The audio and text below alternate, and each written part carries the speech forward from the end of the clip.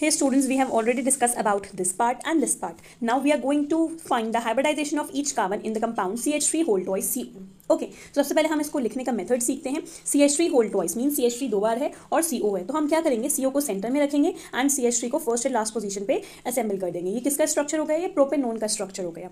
Now अब हम देखते हैं कि हर कार्बन का हाइब्रिडाइजेशन कैसा होगा. उसके लिए हम क्या करते हैं, सबसे पहले हम सारे एटम्स को ओपन कर नोट कर लेते हैं. C के साथ 3 हाइड्रोजन है तो हमने 3 हाइड्रोजन लगा लिए और C और C के बीच में सिंगल बॉन्ड है और लास्ट वाले मीन्स थर्ड कार्बन के भी C पर कितने बॉन्ड्स हैं, कितने बॉन्ड्स हैं 3. H के साथ कितने हैं 3 बॉन्ड्स हैं, तो हमने 3 लिखे. अब हमारे पास CO रह गया. CO क्या होता है, कार्बन और ऑक्सीजन के बीच में डबल बॉन्ड होता है. अब आप देख सकते हैं कार्बन की वैलेंसी फुलफिल है. नाउ अब हम फाइंड करते हैं हाइब्रिडाइजेशन. फर्स्ट कार्बन एटम का हाइब्रिडाइजेशन क्या होगा, उसके लिए हम इस पे नंबर ऑफ एटम्स काउंट करते हैं. फर्स्ट कार्बन एटम पे जो नंबर ऑफ बॉन्ड्स कितने हैं, ये 1 बॉन्ड है, ये इसके साथ एक और बॉन्ड बना रहा है 2 हो गए, यहाँ पर 3 हो गए और इस कार्बन के एटम के बीच में एक बॉन्ड है और हमेशा 2 एलिमेंट्स के बीच में एक ही बॉन्ड होता है.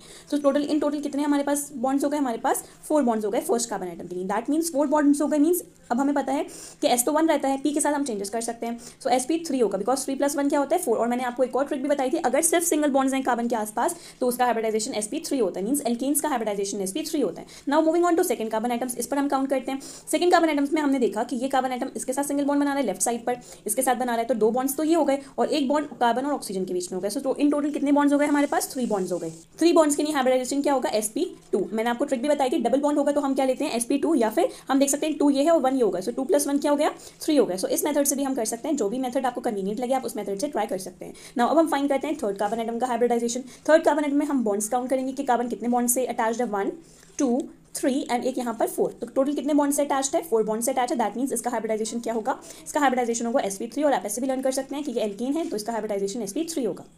ओके नेक्स्ट कंपाउंड हमारे पास है CH2. ये हमारा फोर्थ कंपाउंड है. CH2 डबल बॉन्ड CH और CN ये कंपाउंड है. हम क्या कर सकते हैं, यहाँ कोई बॉन्ड नहीं है, हम सिंगल बॉन्ड लगा लेंगे, सारे एटम्स को ओपन कर लिख देंगे. C के साथ 2 हाइड्रोजन एटम है, हमने 2 लगाए, फिर डबल बॉन्ड है, हमने डबल बॉन्ड लगाया, फिर C के साथ 1 हाइड्रोजन है, हमने 1 हाइड्रोजन लगाया, फिर से C है और N है. C और N एक दूसरे के साथ ट्रिपल बॉन्ड से अटैच होते हैं, ये हमें पता होना चाहिए. सो इस तरीके से हमने अरेंज कर लिया. यहाँ पर कार्बन की वैलेंसी फुलफिल है. थर्ड कार्बन एटम पे हमें कोई हाइड्रोजन लगाने की जरूरत नहीं है बिकॉज कार्बन की वैलेंसी 4 होनी चाहिए और 4 ऑलरेडी हो गई, 1 2 3 and 4. Now first carbon atom का हम हाइब्रिडाइजेशन फाइंड करते हैं. फर्स्ट कार्बन एटम का हाइब्रिडाइजेशन फाइंड करने के लिए हम नंबर ऑफ बॉन्ड्स काउंट करेंगे. 1 दिस इज 2 एंड दो कार्बन एटम्स के बीच में क्या होता है, कार्बन डबल बॉन्ड कार्बन है. सो हमने पढ़ा है कि 2 एटम्स के बीच में एक ही बॉन्ड होता है. तो 2 एटम्स के बीच में कितने बॉन्ड हो गए, यहाँ पर एक बॉन्ड हो गया. सो इन टोटल कितने बॉन्ड्स हो गए, 2 हाइड्रोजन के और एक bond double bond carbon atom का.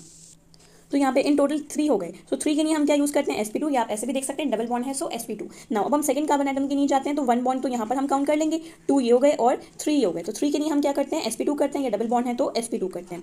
नाउ अब हम थर्ड कार्बन एटम के लिए देखते हैं. 2 एटम के बीच में हमेशा एक ही बॉन्ड होता है, चाहे ट्रिपल बॉन्ड क्यों ना हो, आप एक कंसिडर करेंगे. सो यहाँ पर एक बॉन्ड हो गया और एक इन दोनों 2 और 3 के बीच में हो गया.